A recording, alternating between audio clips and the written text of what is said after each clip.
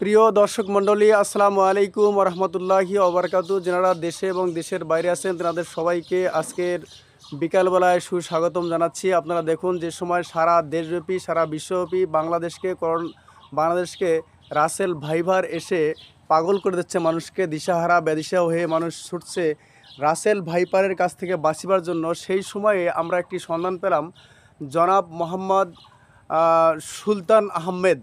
উনি ওনার বাড়ির ভেতরে এবং ঘরের সঙ্গে লাগিয়ে একদম বারান্দা বরাবর দেখেন কচুর বাগান লাগিয়েছে, যে কচুরটা বিদেশ থেকে আমদানি করা, এবং সেই কচুটি অত্যন্ত সুস্বাদু হয়ে থাকে। যার কারণে উনি বলছেন যে রাসেল ভাইপার নামে এ সমস্ত আমি বিশ্বাস করি না, কিন্তু আমি আমার শখের প্রাধান্য দিয়ে থাকি, আমার আনন্দকে আমি প্রাধান্য দিয়ে থাকি। তাই আজকে যে আমি কচুর বাগানটা লাগিয়েছি, এই কচুর বাগানটা অত্যন্ত সুস্বাদু হয়ে থাকে বলে প্রমাণিত হয়েছে, এবং এক একটি কচু প্রায় আধমন থেকে 1 মণ পর্যন্ত হয়ে থাকে বলে আমরা জানতে পাই। প্রিয় বন্ধুরা আমার, এই কচুর বাগানটি দেখে আপনারা অত্যন্ত খুশি হবেন। আসলেই যে সুলতান আহমেদের কথা বলছিলাম, ইনি অবসরপ্রাপ্ত শিক্ষক, দাখিল মাদ্রাসায় শিক্ষক ছিলেন। এনার শিক্ষক জীবনের শুরু থেকে আমরা দেখে এসেছি, ইনি খুবই তার মনের আবেগগুলো, আনন্দগুলোকে উনি প্রাধান্য দিয়ে থাকেন। সবসময়ের জন্য লিচু বাগান, আম বাগান এবং সুপারি বাগান, এরকম মাছের চাষ, ঘাসের চাষ এবং আদা চাষ এরকমভাবেই করে থাকেন। আমরা ছোটোবেলা থেকে দেখেছি, কিন্তু আমি দীর্ঘদিন যাবৎ এই এলাকায় আসিনি। আজকে হঠাৎ করে আসলাম, এসে দেখতে পারলাম যে উনি একটি কাজের কাজ করেছে, ঘরের ভিতরে কচুর বাগান। মা আর ও তালি, যে কচুর বাগানটি করেছে, এটি যে সময় করেছে আর যে সময় প্রকাশ পেয়েছে, সেই সময় পাগল হয়ে যাচ্ছে মানুষ রাসেল ভাইপারের ভয়ে।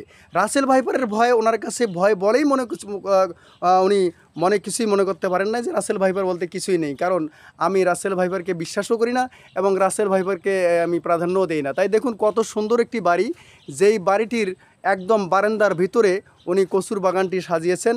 কচুগুলো কালো রঙের হয়ে থাকে।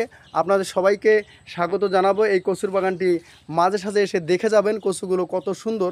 আসলেই এটা কোনো মস্করা নয়, কোনো গল্প নয়, কোনো ইতিহাস নয়, কোনো টিকটক নয় বা কোনো কাল্পনিক ঘটনা নয়। এটা পুরোপুরিভাবে একটি সত্য ইতিহাস, যেই ইতিহাসটি আপনাদেরকে জানাবার চেষ্টা করতেছি। আপনারা এসে দেখবেন এই কচুর বাগানটি, যেটাকে আমরা অনেক সময় আমরা দেশীয় কথা বলে থাকি যে বাক্স কচুর গাছ, অর্থাৎ কাঠ কচুর গাছ। এই গাছটি আসলে কাঠ কচুর গাছ নয়, এটি হচ্ছে কাঠকচু নামে বিদেশি কাঠকচুর গাছ। যে কচুর গাছটি অনেক বড় হয়ে থাকে, কচুটি অনেক বড় হয়ে থাকে। তবে এটা পানি লাগে না, এটা পানি ছাড়াই শুকনার ভিতরেই হয়। আপনারা দেখতে পাচ্ছেন যে দেখেন বিল্ডিং দিয়ে উনি ইট দিয়ে, এই দেখুন ইটের বাউন্ডারিটা করেছে কত সুন্দর করে।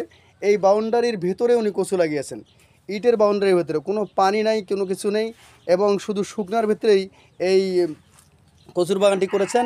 আপনারাও চাইলে এই সুন্দর একটি কচুর বাগান করতে পারেন এই শুকনার ভেতরে, যেখানে কোনো মশা মাছি থাকবে না।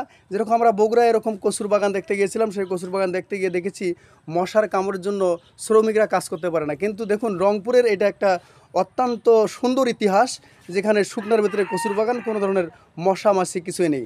আপনাদের সবাইকে ধন্যবাদ। আপনারা এই কচুর বাগানটি দেখবেন এবং এই কচুরটি লাগার জন্য সবাইকে আগ্রহী করবেন, এবং এলাকার মানুষদেরকে বলবেন যে নতুন একটি কচুর বাগান দেখা গেছে, যে কচুর বাগানটি অত্যন্ত সুস্বাদু হয়ে থাকে, এবং এটি শুধু দেশীয় নয়, বাণিজ্যিকভাবে এই চাষটি করা সম্ভব বলে জনাব মোহাম্মদ অবসরপ্রাপ্ত শিক্ষক সুলতান আহমেদ জানান।